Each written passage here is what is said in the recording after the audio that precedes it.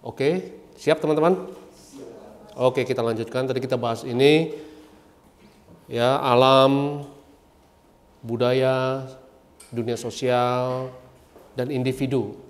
Individu itu disebut sebagai the archetypal son, ya, sebagai anak manusia. Kita sebagai individu, ya, kita hidup dalam dunia sosial. Kita harus punya budaya, ya, untuk bisa bertahan hidup.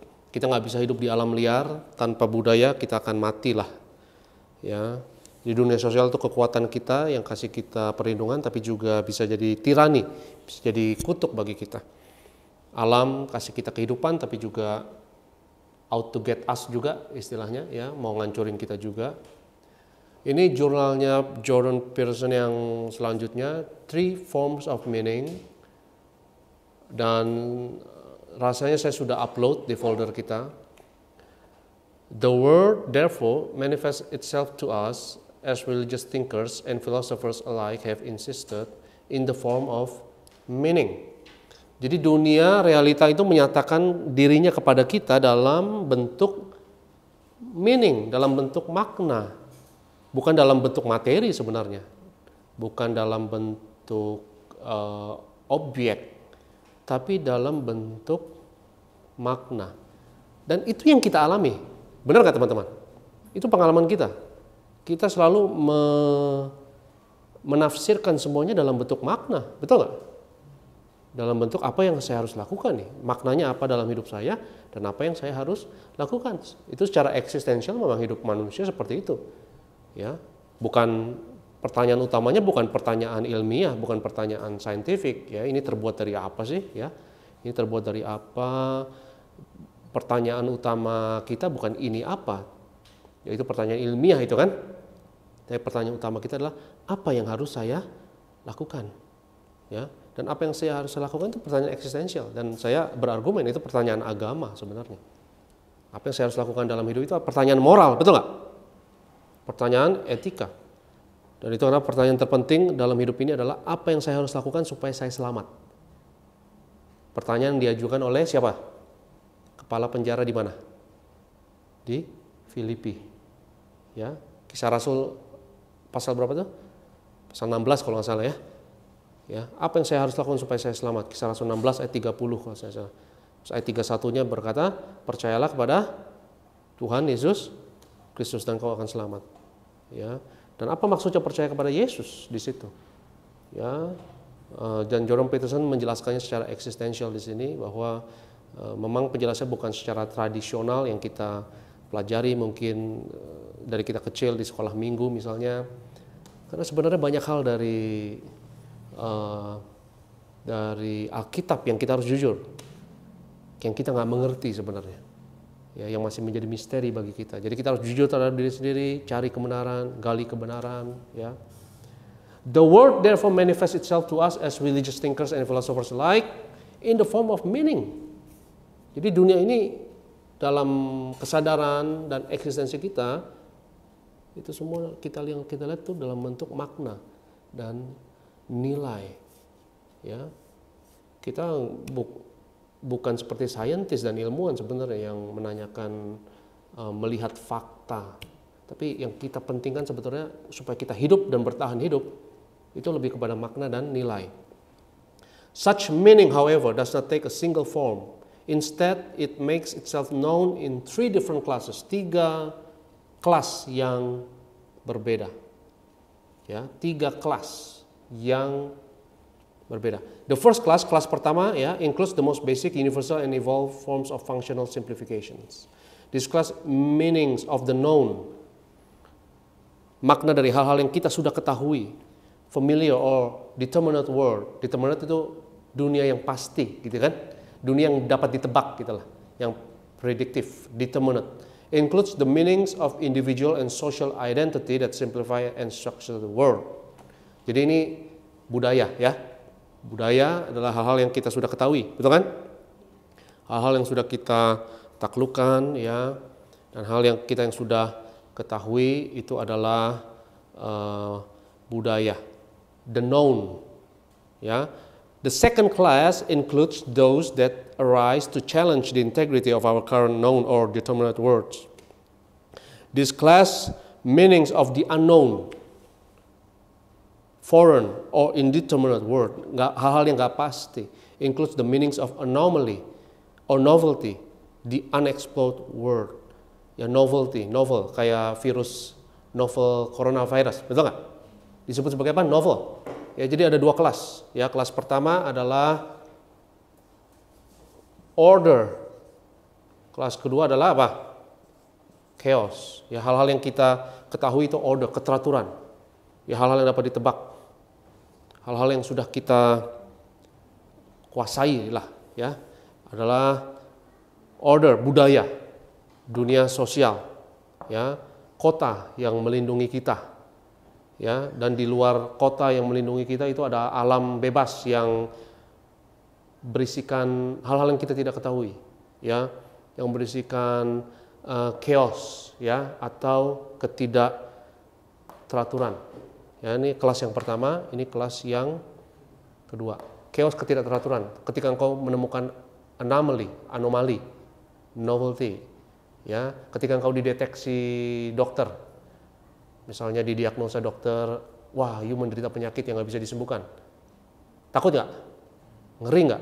Apa yang kau alami? Ya, chaos, ketidakteraturan. Ya, jadi kelas itu kayak intisari gitu ya.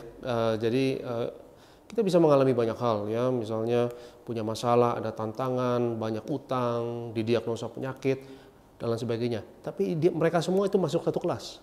Kelasnya namanya apa? Chaos. Ya, itu abstraksi. Ya, seperti di induktif dan deduktivisme kan kita belajar ya. Kan kita bisa abstraksi ya, kita bisa buat generalisir, betul kan? Jadi kelas mengenai masalah dari segala masalah, katakanlah. Masalah dari segala intisari dalam masalah, kita buat satu kelas tersendiri namanya apa? Chaos jadinya, betul kan? Ya, di mana order ini ya mewakili hal-hal yang kita sudah ketahui, hal-hal yang zona nyaman kita, katakanlah. Ya, zona nyaman di mana kita berada. Oke, first class, second class, dan the third class kita lihat nih. The third class includes those that arise as a consequence of the integrated interaction of the first two classes.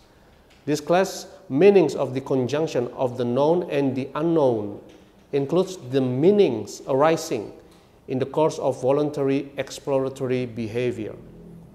These are the existential meanings intrinsic to individual experience.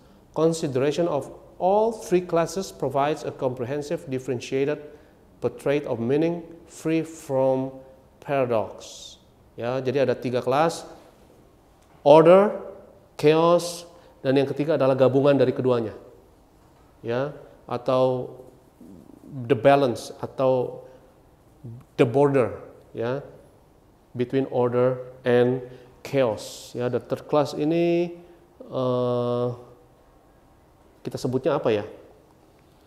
Kita sebutnya border aja lah, ya. The border, ya. Border adalah gabungan antara order dan chaos. Ya. Manusia nggak bisa hidup dalam chaos yang kelewatan. Ya, kita nggak bisa hidup dalam alam bebas.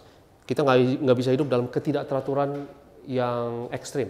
Teman-teman bisa nggak hidup dalam ketidakteraturan yang ekstrim? Bisa nggak? Bisa nggak hidupnya kacau balau? Bisa nggak? Ya, kita butuh order kan? Dunia kita butuh finansial kita in order, keuangan kita harus order, ya kan? Hubungan dengan orang lain juga harus baik, ya kan? Kita butuh pekerjaan nggak?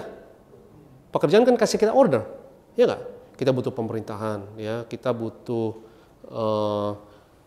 tempat tinggal, kita butuh bayar listrik, betul kan? Teman-teman ke sekolah ngapain juga? Ngapain kita sekolah? Kalau bukan untuk mencari menaklukkan chaos kan, mencari lebih lagi order di dalam hidup kita. Karena kita nggak bisa hidup di dalam ketidakteraturan yang ekstrim. Ya, tapi kita juga nggak bisa hidup dalam order yang ekstrim. Karena order yang ekstrim, keteraturan yang ekstrim bisa jadi tirani, betul nggak? Ya, bisa jadi otoriter, ya, bisa jadi terlalu kaku.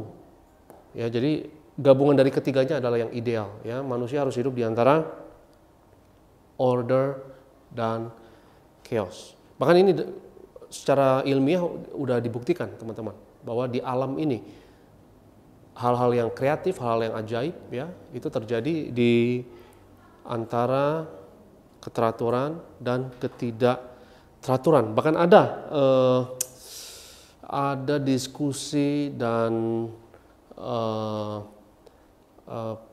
bukti ilmiah mengenai hal tersebut, tapi saya lupa, tapi nanti mungkin kita akan bahas lain kesempatan, ya, bahwa hal-hal yang kreatif dalam alam ini, ya, saya pernah jelaskan dalam bentuk itu, tulisannya Profesor Yohanes Surya tuh. Profesor Yohanes Surya tulis buku Mestakung. Pernah dengar gak? Semesta Mendukung. Ya kan? Ya, jadi hal-hal yang ajaib itu terjadi di titik kritis. Titik kritis itu antara kekacauan dan keteraturan.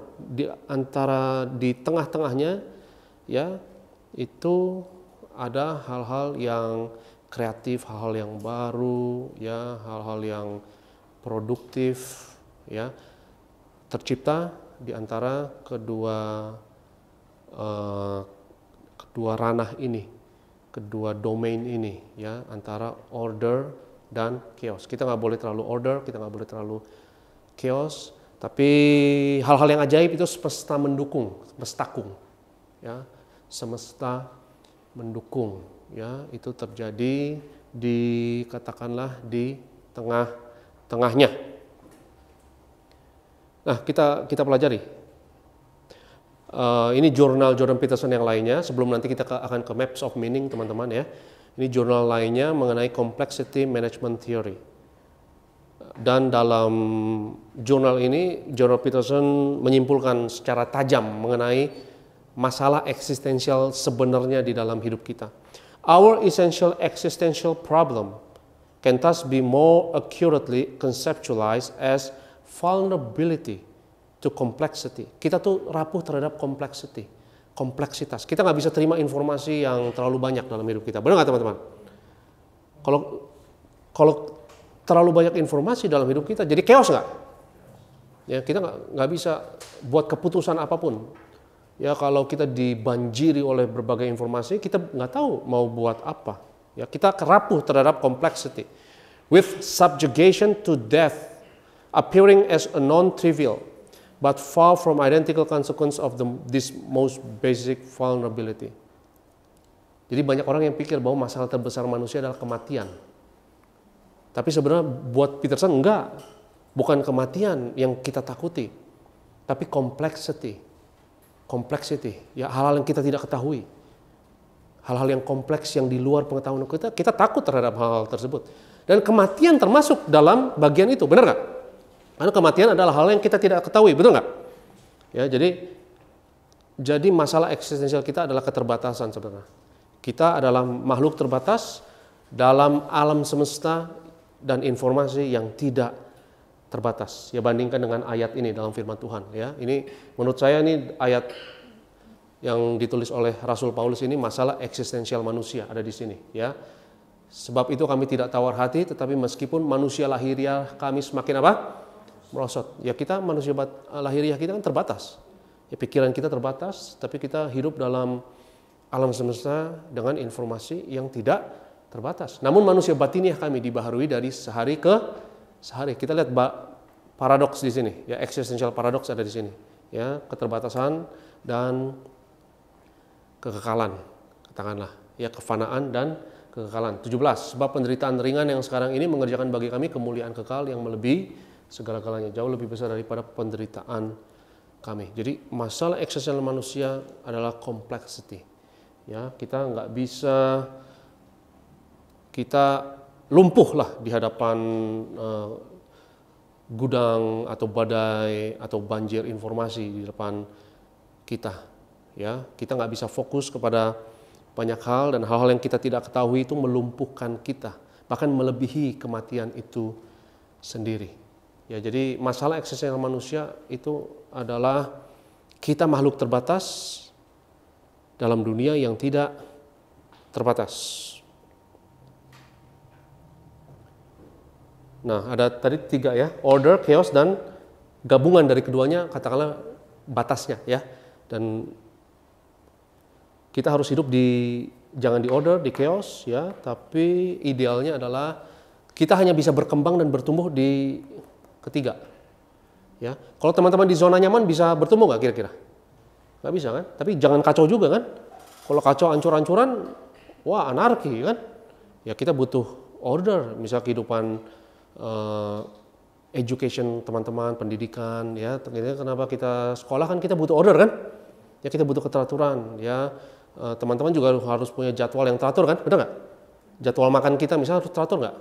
Harus ada order, ya. Misalnya olahraga, kesehatan, ya. Itu kan dompet kita juga harus teratur, benar nggak? Ya gaji harus teratur, ya kan? Karena kalau enggak stres juga kita, ya. Dan yang ketiga ini adalah tempat di mana ada disebut oleh Maps of Meaning-nya Jordan Peterson yang nanti kita akan bahas. Redemption ada di sini yang ketiga nih, redemptive, penebusan. Ya, ada di elemen yang ketiga. Nah, baca di sini ya. The balance between order and chaos, meaning in its redemptive form. This is the oldest and most fundamental story that mankind possesses. It serves as a source for the creation story in the Hebrew Bible and profoundly influences Christianity. It is the story of Saint George and of Christ, the perfect man, the second Adam, and the deadliest enemy of death and the eternal serpent. Ya, jadi Kristus, manusia sempurna, Adam yang kedua, musuh utama dari kematian dan sang ular. Ya, jadi chaos dalam purbakala ya dilambangkan sebagai alam, dan chaos ini ketidaktaatan dilambangkan sebagai dari purbakala sebagai ular, ya, sebagai reptil, ya, sebagai naga, dan itu dijelaskan dalam Maps of Meaning. Ada alasan sejarahnya di situ, ya, karena nenek moyang kita dari dulu memang musuh utama kita. Makanya ada sesuatu yang misterius mengenai ular sebenarnya, ya, karena bukan hanya secara spiritual ya, secara agama, tapi juga secara sejarah masuk akal juga, secara biologi ya. Misalnya musuh utama nenek moyang kita itu reptil, ya. Coba bayangin nenek moyang kita dulu hidup di gua-gua misalnya, atau hidup di tenda-tenda ya. Jadi musuh utamanya adalah reptil ya, atau ular. Dan ular mewakili, atau naga di sini ya. Naga itu mewakili, itu kelas dari pengalaman kita, mewakili semua masalah yang kita alami bisa diwakili dengan lambang tersebut ya, yaitu ular ya dan naga. Dan itu jangan pikir bahwa ini sesuatu yang fiktif ya, sesuatu yang kayaknya hanya dongeng anak kecil, tapi ada sisi jenius loh sebenarnya, karena kita butuh kelas. Benar nggak teman-teman? Kita butuh kelas dari segala masalah untuk kita bisa berkomunikasi, untuk kita bisa membahas, ya. Dan kita butuh kelas generalisir tersebut, kita butuhkan, ya, untuk kita bisa teruskan misalnya kepada anak cucu kita lewat cerita, lewat kisah yang jadi panduan mereka ya, bagaimana kita harus hidup dan menghadapi kehidupan ini, dan jalan mana yang paling bijak yang harus kita tempuh. Nah itu makanya Jordan Peterson berargumen ya bahwa panduan mengenai bagaimana kita harus hidup itu hanya bisa satu-satunya cara untuk mengkomunikasikan panduan kita untuk hidup hanya bisa lewat cerita. Lewat apa? Cerita. Bisa nggak lewat hal yang lain? Nggak bisa beneran. Ya, nggak bisa pakai sains, bisa nggak? Pakai ilmu pengetahuan bisa nggak? Pakai fisika kimia bisa nggak? Nggak bisa. Satu-satunya cara hanya cerita, karena manusia hanya berespon terhadap narasi. Ya, manusia hanya bisa ngerti cerita. Ya, makanya untuk ngerangkum cerita semua itu dibuat kelas-kelas ini, teman-teman. Ya. Ini di jurnalnya lagi, Three Forms of Meaning, The Balance Between Order and Chaos. Ya, dalam orang Yahudi menyebutnya sebagai tohu dan tikun. Ya, dan bahkan ayat pertama dalam firman Tuhan sudah membahas mengenai hal ini ya, tohu dan tikun menurut rabi-rabi Yahudi, ya termasuk dalam cabang spiritual orang Yahudi yang Kabalah ya membahas ini tohu dan tikun. Tohu itu chaos, ya tikun itu order. Ya dari zaman purbakala orang sudah membahas mengenai hal ini. Orang Chinese menyebutnya sebagai yin dan yang, ya yin dan yang. Kalau saya nggak salah, yinnya itu yang chaos, yangnya itu order. Tapi apa saya kebalik saya nggak tahu soalnya ya. Tapi itu ada dua paradoks, ya dua unsur yang bertentangan, ya chaos dan order, keteraturan dan ketidakteraturan. The third form of meaning has little to do with group identity, except insofar as that serves as a precursor to its formation. It is instead the story of mankind, and the meaning to be experienced when the heroic story is imitated, understood, and embodied under the loving tutelage of the ever-Virgin Mother, guided by the wisdom of his forefathers. The always threatened nation hero masters known territory and becomes keenly aware of its limitations and errors. Ya, jadi kita harus katakanlah mengidentifikasi diri kita pada kelas yang ketiga ini dengan sang hero atau pahlawan. Ya, karena pahlawan hidup di antara order dan chaos. Dia menaklukkan chaos dan menciptakan order yang baru. Dia tidak akan hidup di order yang ekstrim, karena order lama-lama akan menciptakan tirani, betul nggak? Dan tirani yang berlebihan akan membuat ini bahaya nih, group identity, identitas kelompok. Ya, dan dunia terancam nih sekarang ya dengan apalagi di dunia politik, banyak politik identitas, betul nggak? Ya udah main identitas kelompok. Ya itu kenapa saya katakan ya bahwa dunia sosial adalah berkat buat kita. Itu kasih kita perlindungan dan budaya ya, tapi juga bisa jadi bahaya buat kita. Itu bisa mengeluarkan monster yang paling kejam dalam diri manusia, yaitu group identity, ya identitas kelompok. Kita nggak bisa identifikasi diri kita dengan kekacauan yang ekstrim. Manusia nggak bisa hidup dalam kekacauan. Dan saya rasa masuk akal itu, betul nggak? Karena kekacauan ekstrim, ya siapa yang bisa hidup dalam kekacauan yang ekstrim di alam bebas ya, nggak bisa. Kita harus butuh budaya, tapi budaya yang ekstrim ya dan keteraturan yang ekstrim bisa jadi Firaun yang menindas kita dan memberikan kepada kita identitas kelompok. Ya, jadi kita harus mengidentifikasi diri kita pada proses atau kelas yang ketiga. Dan Peterson berargumen kelas ketiga ini dijelaskan, coba kita lihat. Lanjutkan ya. The hero sacrifices himself to God. Karena di sini dia harus terus berubah di yang ketiga. Dia nggak bisa stagnan di sini. Benar nggak? Karena chaos selalu berubah nggak? Hidup selalu ada masalah nggak dalam hidup kita? Selalu akan ada masalah, ya. Teman-teman, mungkin nggak hidup kita nggak akan ada masalah lagi? Nggak akan ada chaos dalam hidup kita? Nggak mungkin. Hidup pasti ada chaos, benar nggak? Ada hal-hal yang kita tidak duga, ya. Ada tiba-tiba naga yang nggak diharapkan datang ini kita, ya. Dan saya ngomong secara kiasan, ya. Naga itu bisa masalah apapun dalam hidup kita, hal-hal yang nggak diduga. Hal-hal yang nggak diprediksi, hal-hal yang tidak diinginkan, ya. Dan kita harus ciptakan order dari chaos ini. Seperti pasal pertama dalam kitab Kejadian, ya, Tuhan menciptakan langit dan bumi, ya, dari ketidakteraturan. Ia ciptakan keteraturan. Ya, bumi belum berbentuk dan kosong, dan gelap gulita meliputi samudra raya, ya, dan Roh Allah melayang-layang di atas permukaan air. Dan dari ketidakteraturan, dari chaos, ya, ia ciptakan order.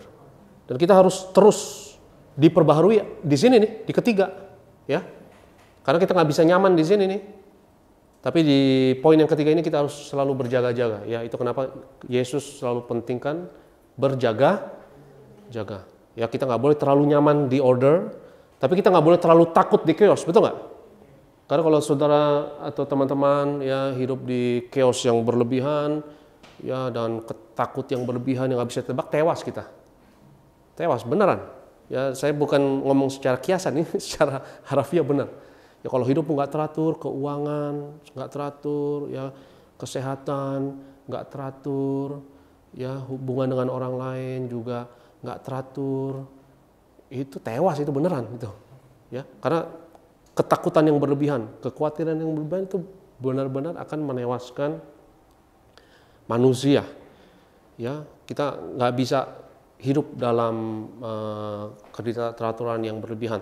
Tapi yang ketiga adalah idealnya, ya. Di ketiga adalah kita diperbaharui selalu. Dan itu kenapa kita harus identifikasi diri kita dengan Mesias, Kristus, ya, yang mati dan bangkit. Ya, kematian dan kebangkitan yang terus-menerus dalam seumur hidup kita. Ya, ini terus diperbaharui, terus berubah.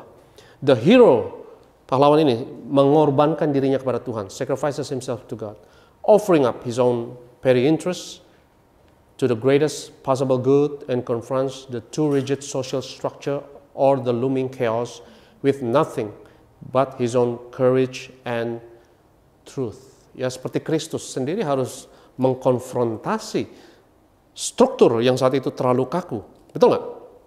Dan merombak struktur itu. Karena strukturnya adalah Farisi dan ahli Taurat, benar nggak? Ya, yang itu order yang jahat. Ya, order bisa jahat nggak? Bisa nggak?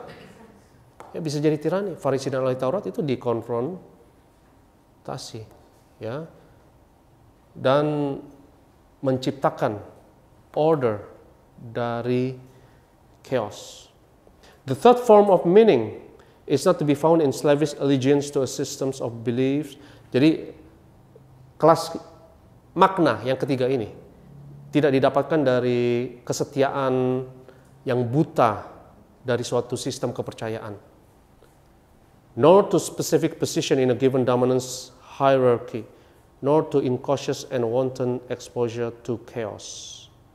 It is to be found on the border, makanya saya sebut border, ya, of chaos and order, yin and yang, as the Taoists have always insisted. Ya, orang Chinese dalam Tao-nya menyebutnya sebagai yin and yang, orang Yahudi menyebutnya sebagai apa tadi? Tohu dan tikun, ya. Tikun itu adalah order, ya, tohu itu adalah chaos, ya. Jadi makna yang ketiga ini tidak didapatkan dari suatu sistem kepercayaan yang buta, ya, karena order yang terlalu kaku itu akan membuat tirani yang otoriter, ya. Jadi seperti ditekankan oleh para eksistensialis, ya, bahwa iman itu harus otentik, iman itu benar-benar harus lahir dari kepercayaan yang sungguh-sungguh, ya, dan biasanya lahir dari suatu krisis, dari suatu pergumulan, dari paradoks, dari eksistensi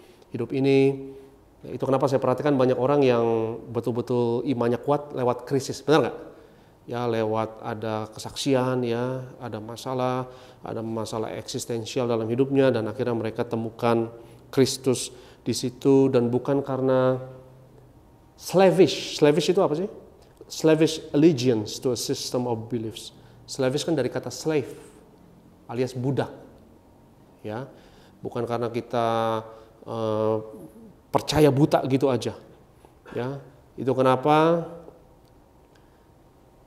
obat penawar dari ideologi fanatisme yang berbahaya, teman-teman, ya, itu adalah identifikasi kepada sang jagoan, pahlawan, ya, yang selalu menciptakan order yang baru dari chaos. Yang kita percaya sebagai iman kekristenan kita itu adalah identifikasi kepada Mesias, ya, itu adalah identifikasi kepada Kristus yang digambarkan dalam proses kematian dan kebangkitan Kristus tersebut, ya, yang harus selalu kita identifikasi kepada proses tersebut dan diperbaharui dari hari ke hari. Lanjut. Nah, ini kita masuk sekarang kepada jeroannya, kepada intinya, ya, kita masuk kepada maps of meaning. Tadi adalah jurnal-jurnalnya Jordan Peterson, ya. Sekarang kita masuk kepada maps of meaning. Ideology confines human potential to a narrow and defined realm. Ya, jadi ideologi, kepercayaan buta terhadap ideologi, order yang ekstrim, keteraturan yang ekstrim itu berbahaya dan sejarah membuktikannya. Betul nggak teman-teman? Ya, fanatisme agama juga bahaya. Benar nggak? Ya, kalau fanatisme dan radikalisme dalam agama itu order yang terlalu chaos dan itu bahaya. Apa antidot dari ancaman tersebut? Apa obat penawarnya? Ya, adaptation undertaken within that realm necessarily remains insufficient, destined to produce misery, as it is only relationship with the transcendent that allows life to retain its savor. Ideology says it must be thus, but human behavior constantly exceeds its realm of representation. Such capacity for exception must therefore be denied, lest faith in ideology vanish and intolerable chaos reappear. Ya, jadi ideologi yang kaku itu akan memaksa seseorang untuk akhirnya ujung-ujungnya jadi berbohong bahwa ordernya ini sempurna. Ya, order yang terlalu kaku, yang otoriter, ujung-ujungnya akan meniadakan chaos dan pura-pura nggak tahu terhadap masalah kehidupan ini. Ya, misalnya di Korea Utara, teman-teman, itu nggak boleh protes terhadap sistem. Kalau nggak, lu mati, ya kan? Ya, dan lu harus berbohong bahwa lu bahagia di situ. Padahal lu miskin banget di situ, ya nggak? Merana, menderita, tapi harus berbohong, benar nggak? Karena kalau lu nggak berbohong, lu nggak selamat. Ya, jadi order yang terlalu kaku, ya, itu akan membuat orang jadi pembohong. Ya, the ideologue says anomaly means dissolution, dissolution means terror. Jadi ideologi akan pura-pura nggak lihat bahwa ada masalah, akan meniadakan masalah, ya kan? Ya, jadi misalnya rakyat di Korea Utara harus berpikir bahwa sistemnya mereka paling sempurna di dunia ini, benar nggak? Dan mereka kan pura-pura percaya. Itulah yang dialami oleh ini ideolog, ya, seorang penganut ideologi. The ideologue says anomaly means dissolution. Ya, that which frightens is evil. Anomaly is evil. Jadi apapun yang anomali itu dianggap sesuatu yang jahat, karena akan mengancam sistem, benar nggak? Akan mengancam sistem. It is not the existence of anomalous information that constitutes evil, however. Such information rejuvenates when properly consumed. Ya, jadi anomali bukan sesuatu yang jahat. Anomali adalah pertanda bahwa kita harus berubah. Benar nggak teman-teman? Anomali adalah pertanda bahwa order kita nggak sempurna dan kita harus adaptasi. Kita harus diperbaharui. Ya, kita harus rendahkan diri kita.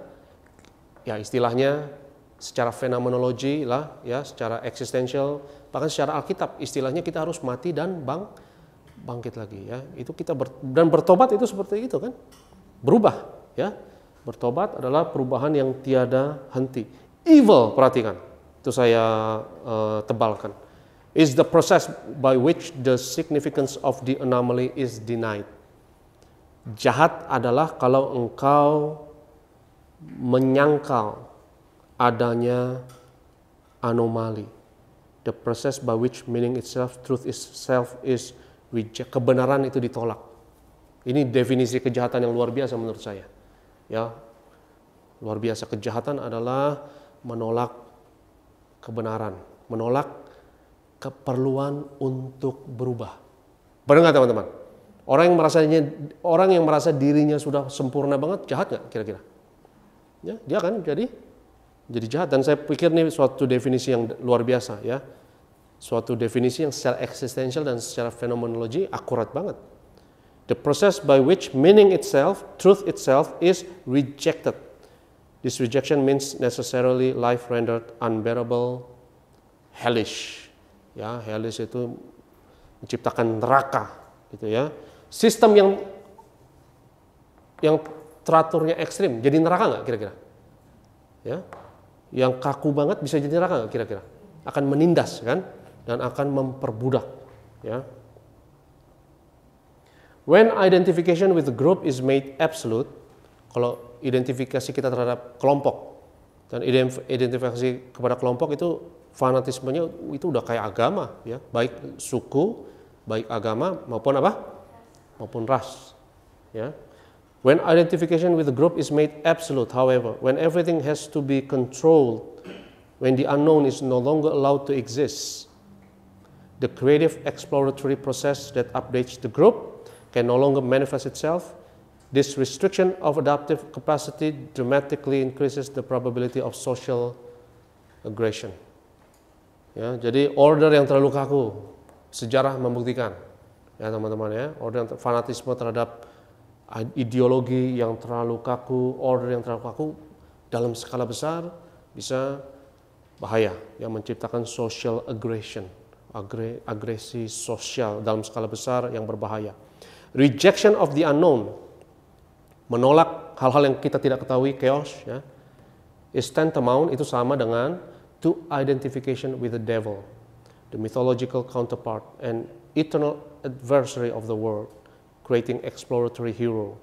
Such rejection and identification is a consequence of Luciferian pride. Ini kesombongan Lucifer. Kesombongan Lucifer adalah dia merasa dia sempurna. Dia merasa dia nggak perlu tahu apapun lagi. Benar nggak teman-teman? Itu adalah kesombongan Lucifer. Lucifer bilang kan di kitab mana ya? Yesaya ya. Yang aku mau naik ke takhta Allah. Benar nggak? Ya, dia mau gantikan Tuhan. Ya, dia mau jadi yang absolut. Dan jadi absolut itu artinya di luar dia tidak ada hal yang penting lagi yang perlu diketahui karena dirinya adalah sempurna. Ya, jadi kita harus hati-hati teman-teman. Ya, bahwa hal seperti itu bisa nggak diderita semua orang? Bisa. Ya, kalau kita merasa diri kita paling benar dan paling sempurna, ya itu kesombongan Lucifer, dan itu definisi mengenai kejahatan yang menurut saya tajam banget. Ya, jahat adalah merasa dirimu yang paling sempurna dan tidak perlu berubah lagi. Ya, itu monster keluar langsung dari situ, ya kan? Tapi kita harus rendahkan diri kita dan kita harus memperbaharui diri kita dalam identifikasi dengan Sang Mesias yang mati dan bangkit, ya. Contohnya dalam baptisan, dan ini dibahas oleh Peterson ya dalam Maps of Meaning. Baptisan, baptism, the comparatively more abstracted rite of baptism is predicated upon similar principles. Prinsip death and rebirth, ya, prinsip kematian dan kebangkitan kembali. Baptism is the dramatic or episodic representation of the act or ritual of initiation, or at least stands midway between the entirely unconscious of procedural forms of initiation and their semantically abstracted symbolic equivalence. Baptism is spiritual birth, dalam kurung rebirth, as opposed to birth of the flesh. Spiritual birth, ya, baptisan berbicara mengenai kelahiran secara apa? Spiritual, ya, atau kelahiran secara rohani atau manusia batiniah yang tadi Paulus katakan. Ya, walaupun manusia lahiriah kita, Paulus bilang apa? Merosot, ya. Kita makin lemah, tapi manusia batiniah dalam pengalaman keberadaan kita, eksistensial kita, ya, itu harus selalu diperbaharui. Ya, itu kenapa kita harus belajar hal yang baru, menerima informasi yang baru, dan jangan menyangkal anomali dan merasa kita sudah berada dalam atau sudah mendarat di tempat yang paling sempurna. Sistem apapun yang menganggap dirinya paling sempurna itu berbahaya. Ya, itu kenapa saya yakin, saya percaya bahwa Injil adalah keselamatan dan masa depan bagi dunia sekarang ini. Dan saya katakan itu secara harafiah. Saya bukan mengatakan ini hanya secara kiasan atau bahkan secara agama semata. Ya, saya bahkan secara apapun. Ya, baik secara politik, secara sosial, secara budaya, bukan hanya agama. Ya, bahwa Injil itu menyelamatkan manusia dari identitas kelompok. Benar nggak? Karena identitas kelompok adalah order yang kaku. Dan ini suku, agama, dan ras. Ya, dan tidak akan membuat manusia jadi manusia yang otentik, ya, individu yang otentik. Ya, individu yang otentik akan mengidentifikasikan dirinya, ya, dengan Mesias, ya, dengan Mesias itu disebut juga dalam Maps of Meaning sebagai Logos, Sang Firman, ya. Logos yang menciptakan dunia ini pada awal mulanya menciptakan order dari chaos, yang menarik keteraturan dari ketidakteraturan. Dan kita harus identifikasi diri kita dengan Mesias, dengan Sang Firman, ya, dengan Sang Logos. Jadi itu dibicarakan dalam baptisan, teman-teman, ya, dan juga dalam perjamuan kudus. Maps of Meaning ini juga berbicara mengenai ritual perjamuan kudus sebagai identifikasi dengan proses kematian dan kebangkitan yang tiada henti, di mana kita harus diperbaharui. Ya, it is ideas of the necessity of sacrifice. Kita harus berkorban. That underlie, for example, the well-known but explicitly incomprehensible ritual of Christian communion. Saya suka dengan bahasanya Peterson ini, incomprehensible. Jadi perjamuan kudus itu misteri. Bahkan sakramen dalam bahasa Yunaninya itu mysterion. Ya, sakramen itu bahasa Latin kan? Tapi bahasa Yunaninya adalah mysterion, artinya rahasia atau misteri. Kita nggak ngerti. Ya, jadi kita masih bongkar rahasia itu sampai sekarang karena jujur kita nggak mengerti mengenai rahasia-rahasia yang sangat dalam ini. Ya, dan butuh waktu berabad-abad untuk membongkarnya. But explicitly incomprehensible ritual of Christian communion. More accurately, the ritual of the Christian communion serves as one behavioral precursor for these explicit ideas. Jadi ide yang luar biasa dalam ini, teman-teman, harus diwakilkan, harus disimpan, ya. Dan cara untuk melestarikannya adalah dengan sakramen. Yang misteri bagi kita, ya. Tapi itu ada implikasinya untuk behavior. Bahwa ini yang manusia harus lakukan, manusia harus berkorban.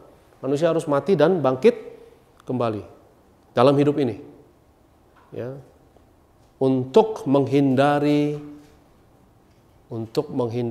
kebinasaan dan kehancuran yang bukan hanya akhirat bagi saya, ya, tapi secara harafiah dalam hidup di dunia ini. Karena kalau kita mengidentifikasi diri kita dengan order yang kaku, kehancuran, betul nggak?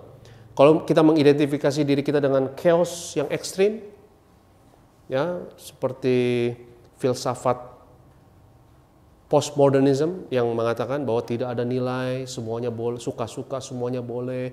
Jadi chaos, betul nggak? Jadi kacau, dan di mana nggak ada nilai, nggak ada pegangan, nggak ada patokan, chaos, itu kebingungan. Ya, dan manusia nggak bisa hidup dalam anarki, ya. The Christian hero, Christ, is the spirit who offers himself voluntarily, secara sukarela, secara voluntarily, ya, to the cross. Dia mati secara sukarela di salib, to the grave, to suffering and death, to the terrible mother. Dia menyerahkan dirinya, ya. Dan penting, kita harus berada di border ini secara sadar. Secara itu adalah pilihan hidup kita, ya, bukan karena terpaksa, ya, tapi secara sukarela, ya. Jadi secara sukarela adalah itu bukan karena terpaksa, dan ditekankan dalam Maps of Meaning ini, ya, elemen dari voluntarily itu sangat penting, ya. Beda kalau engkau mengangkat beban itu karena terpaksa misalnya, karena nggak ada pilihan lain, sama dengan kalau kita sadar kita harus angkat beban itu, beda. Dan dijelaskan, ya, Jordan Peterson jelaskan bahkan secara ilmiah itu juga beda, secara neuropsikologi itu juga akan berbeda, ya. Misalnya engkau punya masalah, engkau punya tekanan karena engkau nggak ada pilihan lain, kau akan menanggungnya dengan lemah, ya. Tapi kalau kita sukarela tuh ada kekuatan. Ya, bahkan dijelaskan secara ilmiah oleh Peterson, kekuatan ini bahkan secara biologi, ya, dijelaskan di situ bahwa, dan ini dibuktikan secara ilmiah, teman-teman. Kalau kau menangani masalah dengan sukarela, itu seperti ada seperti genetik dalam tubuh kita akan mengkode protein-protein yang baru, ya, dan menciptakan versi dirimu yang berbeda, yang siap untuk menghadapi masalah atau tekanan tersebut. Bahkan dalam gen kita, yaitu ada protein-protein yang baru yang dijelaskan secara misterius asal ada voluntary behavior, ya, asal kita hadapi itu secara sadar dan secara sukarela. Oke, berbicara lagi mengenai perjamuan kudus dalam Maps of Meaning-nya Jordan Peterson, Christ's body represented in the communion ritual by the ever-resurrecting wheaten wafer. Wheaten wafer itu roti gandum kali ya maksudnya ya. Is the container of the incarnate spirit of the dying, reborn, and redemptive deity. Ya, jadi redemption ada di antara order dan chaos. Ya, kita berpartisipasi dalam penciptaan realita, ya, tapi kita juga berpartisipasi dalam penebusan realita. Dan dalam hal ini penting sekali konsep yang ditekankan oleh Paulus, Kristus ada di dalam kita. Betul nggak?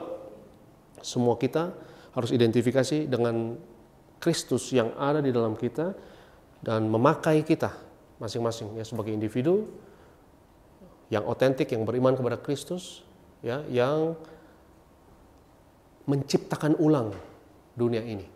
Dan menciptakan ulang dunia ini artinya apa? Menebus, benar nggak?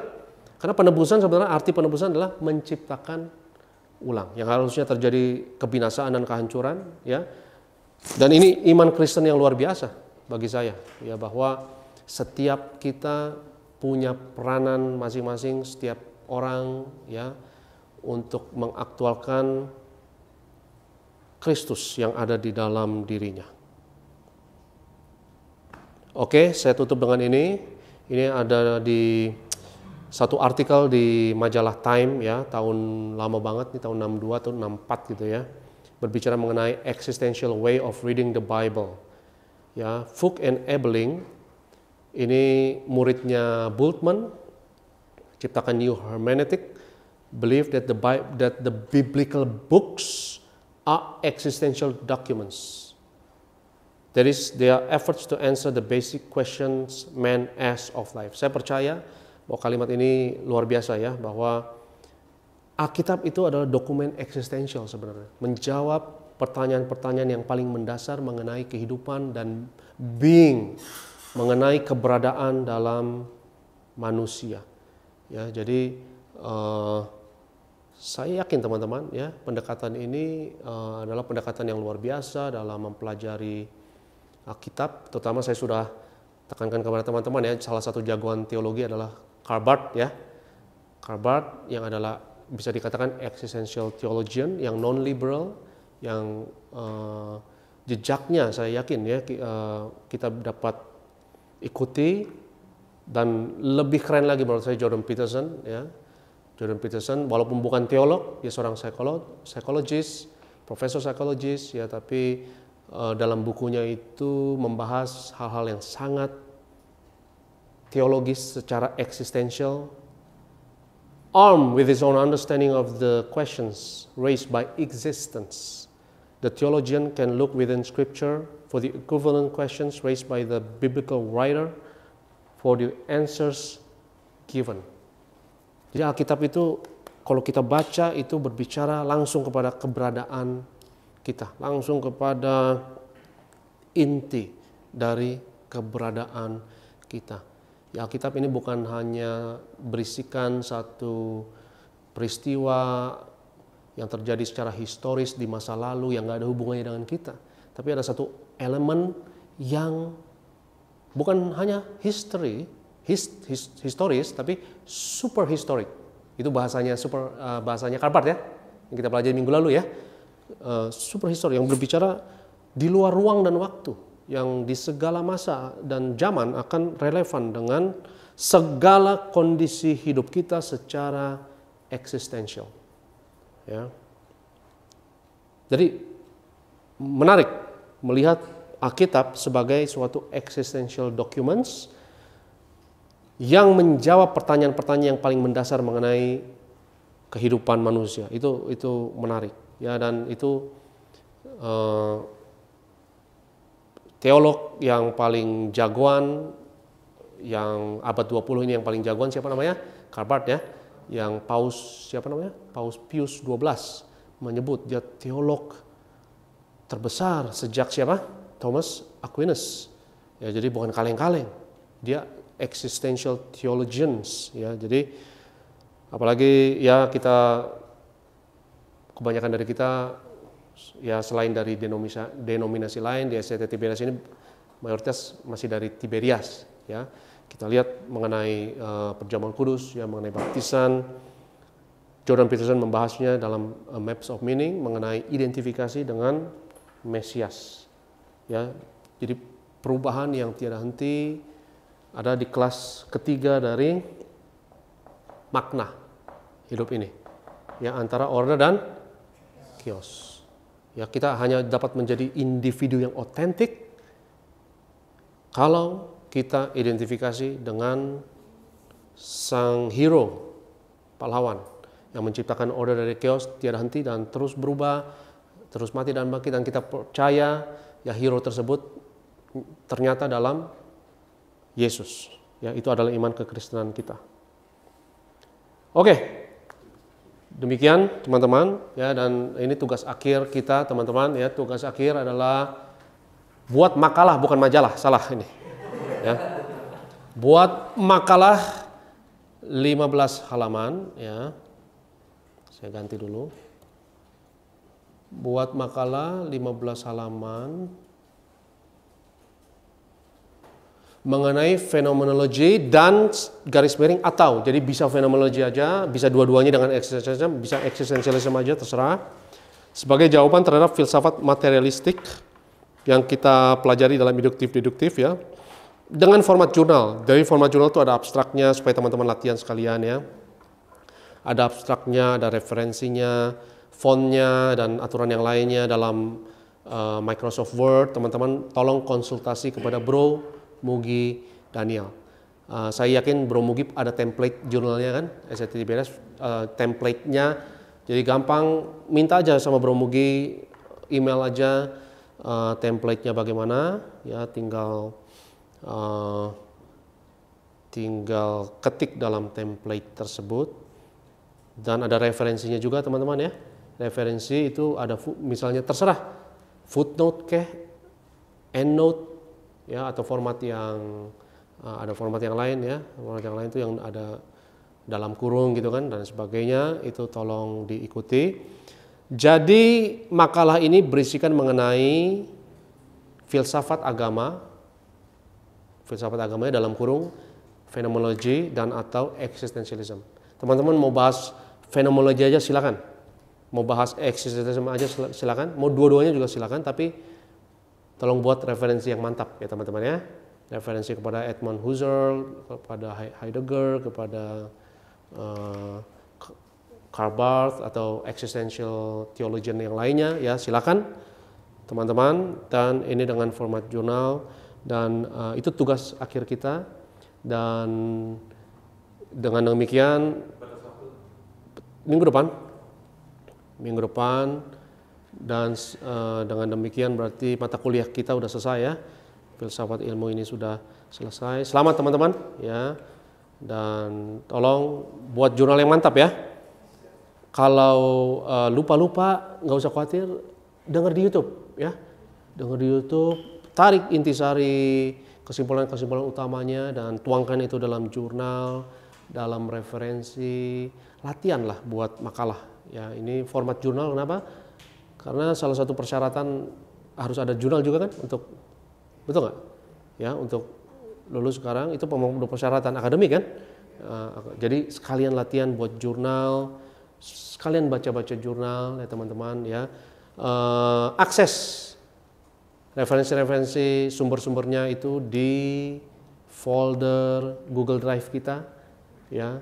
Teman-teman buat dokumen-dokumen tersebut ya sebagai referensi dan susun makalah ini 15 halaman.